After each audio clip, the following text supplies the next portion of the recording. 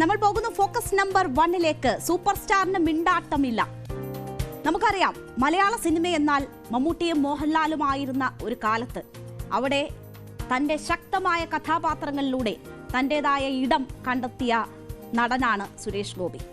അത് അനീതിയെ ചോദ്യം ചെയ്യുന്ന, എന്തും ആരുടെ മുന്നിലും വിളിച്ചു പറയാൻ ധൈര്യമുള്ള ഭരത്ചന്ദ്രൻ IPS പോലെയുള്ള ശക്തമായ കഥാപാത്രങ്ങളാണ് മലയാളികളുടെ മനസ്സിൽ സുരേഷ് ഗോപി എന്ന നടന്റെ പേരെഴുതിയിട്ടത്.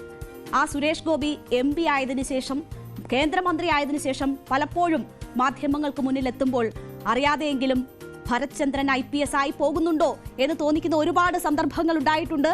അതുപോലെയുള്ള ആക്ഷനും ഡയലോഗും ഒക്കെ സുരേഷ് ഗോപിയുടെ ഭാഗത്തു നിന്നും ഉണ്ടായിട്ടുണ്ട്. പക്ഷേ സുരേഷ് ഗോപിയുമായി ബന്ധപ്പെട്ട് വളരെ ഗുരുതരമായ ആരോപണങ്ങൾ ഉയർന്ന, വോട്ടർ പട്ടികയിലെ ക്രമക്കേടുമായി ബന്ധപ്പെട്ട് ഉയർന്ന സമയത്ത് ഇപ്പോൾ സുരേഷ് ഗോപിക്ക് മിണ്ടാട്ടമില്ല.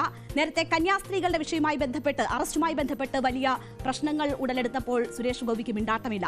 ഇതാണ് സാഹചര്യം. എന്തായാലും വോട്ടർ പട്ടിക ക്രമക്കേടുമായി ബന്ധപ്പെട്ട് കൂടുതൽ വിവരങ്ങൾ പുറത്തു വരികയാണ്. തൃശൂരിൽ നടന്ന തട്ടിപ്പിന്റെ കൂടുതൽ തെളിവുകൾ നേതാക്കൾ പുറത്തുവിടുകയാണ്. ഇന്ന് കൂടുതൽ കടുത്ത ആരോപണങ്ങളുമായി അനിൽ അക്കര രംഗത്ത് വന്നു. സുരേഷ് ഗോപിയുടെ സഹോദരൻ സുഭാഷ് ഗോപിക്കും ഭാര്യയ്ക്കും ഇരട്ട വോട്ട് മാത്രമല്ല ഉള്ളത്, അവർക്ക് ഇരട്ട ഐഡന്റിറ്റി കാർഡും തെരഞ്ഞെടുപ്പ് ഐഡന്റിറ്റി കാർഡും ഉണ്ട് എന്ന വളരെ ഗുരുതരമായ ആരോപണമാണ് ഉന്നയിച്ചിരിക്കുന്നത്.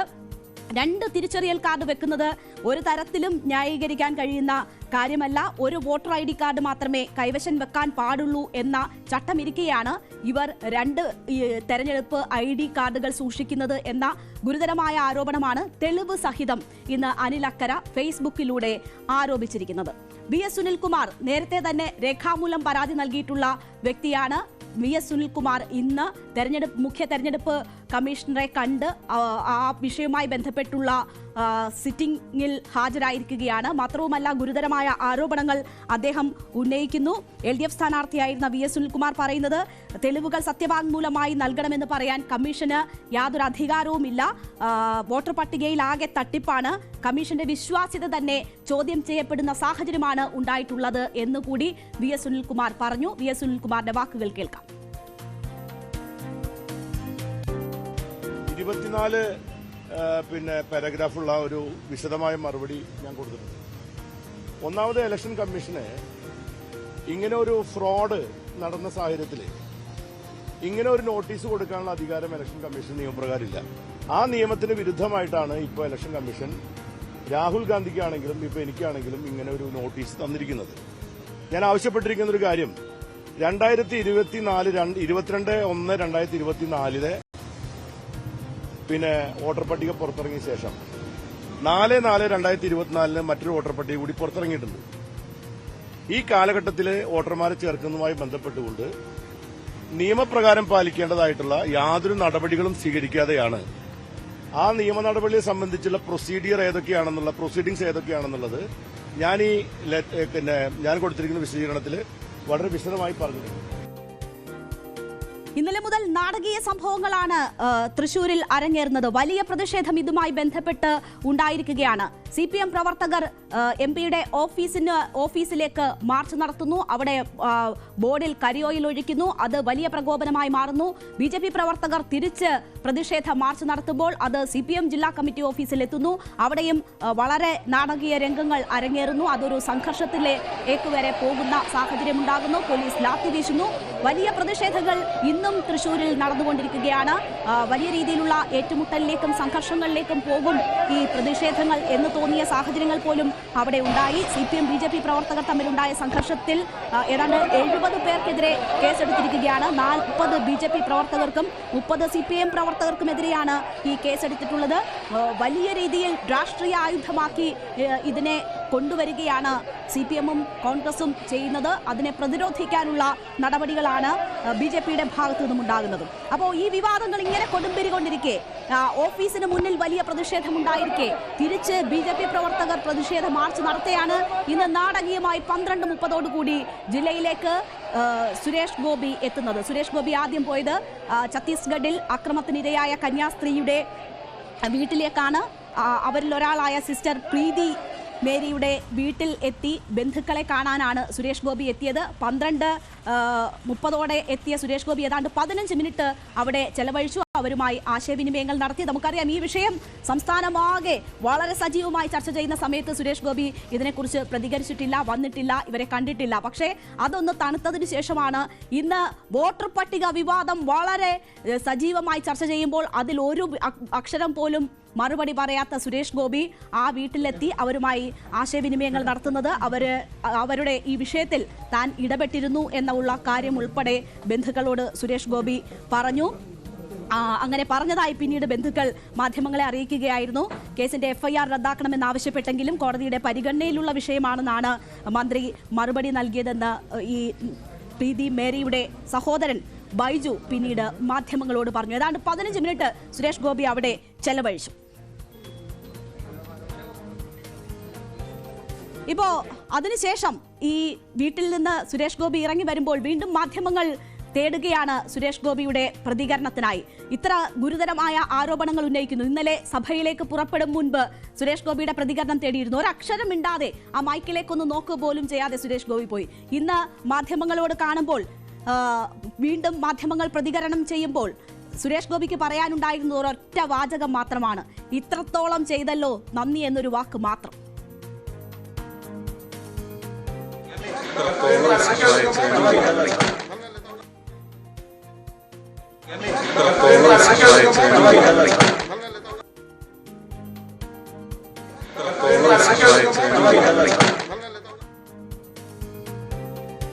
ഇത്രത്തോളം സഹായിച്ചതിന് നന്ദി എന്നതാണ് മാധ്യമങ്ങളോട് സുരേഷ് ഗോപി പറഞ്ഞത്. മാധ്യമങ്ങൾ എന്താണ് ഇതിൽ സഹായിച്ചതെന്നോ ചെയ്തതെന്നോ അദ്ദേഹത്തിന് പറയാനുണ്ടോ? ഈ വാർത്താ സമ്മേളനം നടത്തി ഈ തെളിവുകൾ വോട്ടർ പട്ടിക ക്രമക്കേടുമായി ബന്ധപ്പെട്ട് പുറത്തുവിട്ടത് രാഹുൽ ഗാന്ധിയാണ്.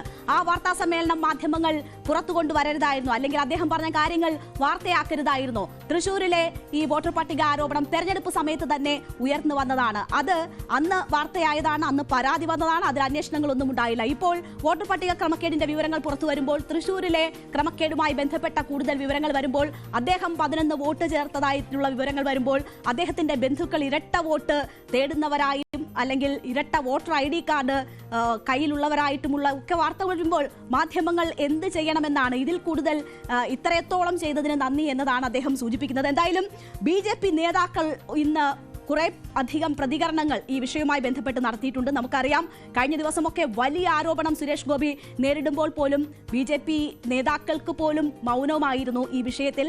ദേശീയ തലത്തിൽ തന്നെ ഈ വിഷയം കോൺഗ്രസ് വലിയ രീതിയിൽ ആയുധമാക്കുകയാണ്. തെരഞ്ഞെടുപ്പ് കമ്മീഷൻ മറുപടി പറയുന്നില്ല. കേന്ദ്ര നേതാക്കൾ ഈ വിഷയത്തിൽ കോൺഗ്രസിനെ അധിക്ഷേപിക്കുന്നതല്ലാതെ കൃത്യമായ മറുപടി നൽകുന്നില്ല. കേരളത്തിൽ ഈ വിഷയം സജീവമാകുമ്പോൾ സംസ്ഥാന നേതൃത്വത്തിനും അത്തരം ഒരു സാഹചര്യം തന്നെയായിരുന്നു ഉണ്ടായിരുന്നത്, അല്ലെങ്കിൽ അത്തരം ഒരു സമീപനം തന്നെയായിരുന്നു ഈ വിഷയവുമായി ബന്ധപ്പെട്ടുണ്ടായിരുന്നത്. പക്ഷേ ഇന്ന് രാജീവ് ചന്ദ്രശേഖർ ഉൾപ്പെടെയുള്ളവർ രംഗത്ത് വരികയാണ്. നിങ്ങൾ കോടതിയിൽ പോകൂ എന്നതാണ് രാജീവ് ചന്ദ്രശേഖർ പറയുന്നത്. തെരഞ്ഞെടുപ്പ് കമ്മീഷനോട് ചോദിക്കൂ, അല്ലെങ്കിൽ കോടതിയിൽ പോകൂ എന്നതാണ് പറയുന്നത്. ഒരു കാര്യം ശ്രദ്ധിക്കണം, രാജീവ് ചന്ദ്രശേഖർ ഇതൊന്നും ഇല്ലാത്തതാണ് എന്നോ ഇതിനെ പൂർണ്ണമായും നിഷേധിക്കാനോ തയ്യാറായിട്ടില്ല എന്നത് കാണണം. BJP സംസ്ഥാന അധ്യക്ഷന്റെ പ്രതികരണം കേൾക്കാം. ഈ ഇലക്ഷൻ അടുത്ത് വരുമ്പോൾ ഓരോരോ ഇങ്ങനെ നാടകം അത് രാഹുൽ ഗാന്ധിയും ചെയ്യും, നമ്മുടെ ബഹുമാനപ്പെട്ട മുഖ്യമന്ത്രിയും ചെയ്യും. അതാണ് ഇന്ന് നടക്കുന്നത്. അങ്ങനെ എന്തെങ്കിലും ഒരു ജെന്യുവിൻ ഗ്രീവൻസ് ഉണ്ടെങ്കിൽ അവർ ഇതിനു വേണ്ടി കോൺസ്റ്റിറ്റ്യൂഷൻ, ഭരണഘടനയിലെ ഇൻസ്റ്റിറ്റ്യൂഷൻസ് ഉണ്ടല്ലോ, കോർട്ടുണ്ട്, ഇലക്ഷൻ കമ്മീഷൻ ഉണ്ട്, അവിടെ പോയിട്ട് പരാതി കൊടുക്കട്ടെ. ഇങ്ങനെ ഓരോരോ ഇഷ്യൂസ് എടുത്ത് ജനങ്ങളെ ശ്രദ്ധ തിരിക്കാൻ അവർ ശ്രമിക്കുന്നു. അതില് നിങ്ങൾ പെടരുത് എന്നാണ് എന്റെ ഒരു അഭ്യർത്ഥന. അപ്പോ ഇങ്ങനെ എന്തെങ്കിലും ആരെങ്കിലും കണ്ടിട്ടുണ്ടെങ്കിൽ ജനങ്ങളെ വിഡ്ഢിയാക്കാൻ ശ്രമിക്കരുത്. അവര് പോയി ഇലക്ഷൻ കമ്മീഷന് പരാതി കൊടുക്കുക, അല്ലെങ്കിൽ കോർട്ടിൽ പരാതി കൊടുക്കുക. അതല്ല ചെയ്യേണ്ടത്. എന്തായാലും വളരെ പരിഹാസ രൂപേണയുള്ള ഒരു പ്രതികരണമാണ് മുൻ സംസ്ഥാന അധ്യക്ഷന്റെ ഭാഗത്തു നിന്ന് കൂടി ഉണ്ടാകുന്നത്.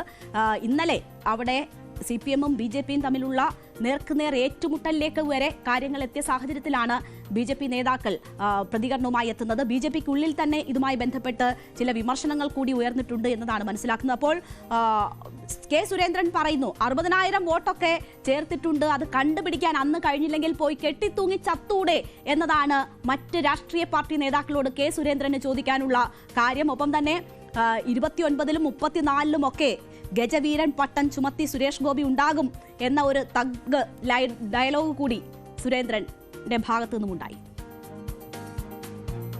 2029 ഉണ്ടാവും, 2034 സുരേഷ് ഗോപി ഇവിടെ തന്നെ ഉണ്ടാവും. ഇനിയും വോട്ട് ചേർക്കും, ഇനിയും ജയിക്കും. കൂറുനാലികൾ ഓലിയിടുക. നെറ്റിപ്പട്ടം കെട്ടിയ ഗജവീരൻ ഇവിടെ തന്നെ ഉണ്ടാവും. ഇവിടെ തന്നെ ഉണ്ടാവും. ആവശ്യത്തിന് വിട്ടും. പാർട്ടിയല്ലല്ലേ, പാർട്ടി പറയേണ്ട കാര്യങ്ങൾ പാർട്ടി പറയും. അതിനാണല്ലോ ഞങ്ങൾ ഇവിടെ ഇരിക്കുന്നത്. പാർട്ടിയാണ് തെരഞ്ഞെടുപ്പ് നടത്തിയത്. അത് സംബന്ധിച്ച് എന്ത് സംശയം ഉണ്ടെങ്കിലും ഞങ്ങൾ പാർട്ടിക്കാരായിട്ടുള്ള ആൾക്കാരോട് നിങ്ങൾക്ക് ഏത് സംശയവും ചോദിക്കും. അതൊക്കെ ആവശ്യമുള്ളപ്പോൾ അദ്ദേഹം വിളിക്കും. ഞാൻ ഒരു കാര്യം മാത്രം നിങ്ങളോട്, ഒറ്റ കാര്യം ഞാൻ പറയാം നിങ്ങളോട്. സുരേഷ് ഗോപിക്കെതിരെ നിങ്ങൾ എന്തെല്ലാം UDF-ഉം LDF-ഉം എന്തെല്ലാം പറഞ്ഞിട്ടുണ്ടോ, ബൂമറാങ് പോലെ അതൊക്കെ തിരിച്ചടിക്കാൻ.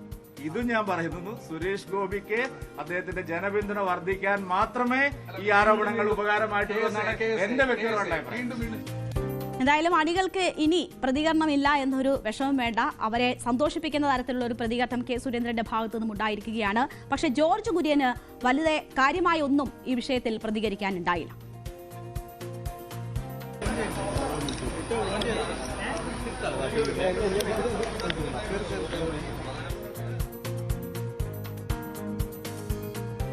കൈകൾ കൊണ്ടൊന്നുമില്ല എന്നൊരാംഗ്യം കാണിച്ച് ജോർജ് കുര്യൻ കടന്നു പോകുന്നതാണ് നമ്മൾ കണ്ടത്. കന്യാസ്ത്രീ വിഷയവുമായി ബന്ധപ്പെട്ടൊക്കെ സംസ്ഥാന നേതൃത്വം പറയുന്നതായിരുന്നില്ല കേന്ദ്രമന്ത്രി, ന്യൂനപക്ഷ മന്ത്രിയായിരുന്ന ജോർജ് കുര്യന്റെ പ്രതികരണം. അതൊക്കെ വലിയ വിവാദമാവുകയൊക്കെ ചെയ്ത ഒരു സാഹചര്യമുണ്ട്. അതുകൊണ്ട് തന്നെ അദ്ദേഹം കുറച്ച് റിസർവ്ഡ് ആയിട്ട് ഒന്നും പറയാനില്ല എന്ന് പറഞ്ഞ് പോവുകയായിരുന്നു. എന്തായാലും പ്രതിപക്ഷം വലിയ രീതിയിൽ ഈ വിഷയം ഉന്നയിക്കുകയാണ്.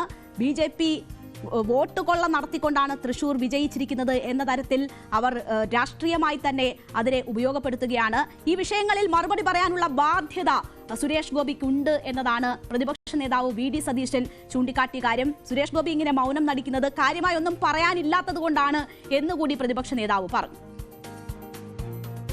ഈ വിഷയം രാഹുൽ ഗാന്ധി കൊണ്ടുവന്നപ്പോൾ, രാജ്യം മുഴുവൻ ഇത് ചർച്ചയായപ്പോൾ തൃശൂരിലെ വിഷയം കൊണ്ടുവന്നു.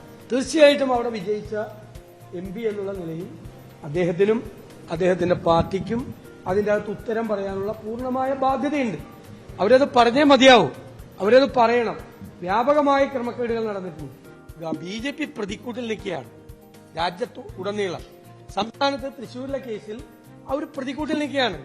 അപ്പൊ അവര് തെറ്റ് ചെയ്തിട്ടില്ലെങ്കിൽ അവർ പറയട്ടെ, ഞങ്ങളൊന്നും മിണ്ടില്ല, നിങ്ങൾ ഞങ്ങളോട് ചോദിക്കാൻ നിൽക്കണ്ട എന്ന് പറയുന്നത് ഉത്തരവാദിത്തപ്പെട്ട സ്ഥാനങ്ങളിൽ ഇരിക്കുന്നവർക്ക് യോജിച്ചാൽ. ഇപ്പൊ നാളെ ഞാനാണ്, എനിക്കെതിരെ നിങ്ങളൊരു തെറ്റായ കാര്യം പറഞ്ഞാൽ എനിക്കത് എന്റെ അവകാശമല്ലേ. അപ്പോൾ വ്യക്തിപരവും രാഷ്ട്രീയവുമായി അതിഗുരുതരമായ ആരോപണങ്ങളാണ് സുരേഷ് ഗോപിക്ക് നേരെ ഉണ്ടാകുന്നത്.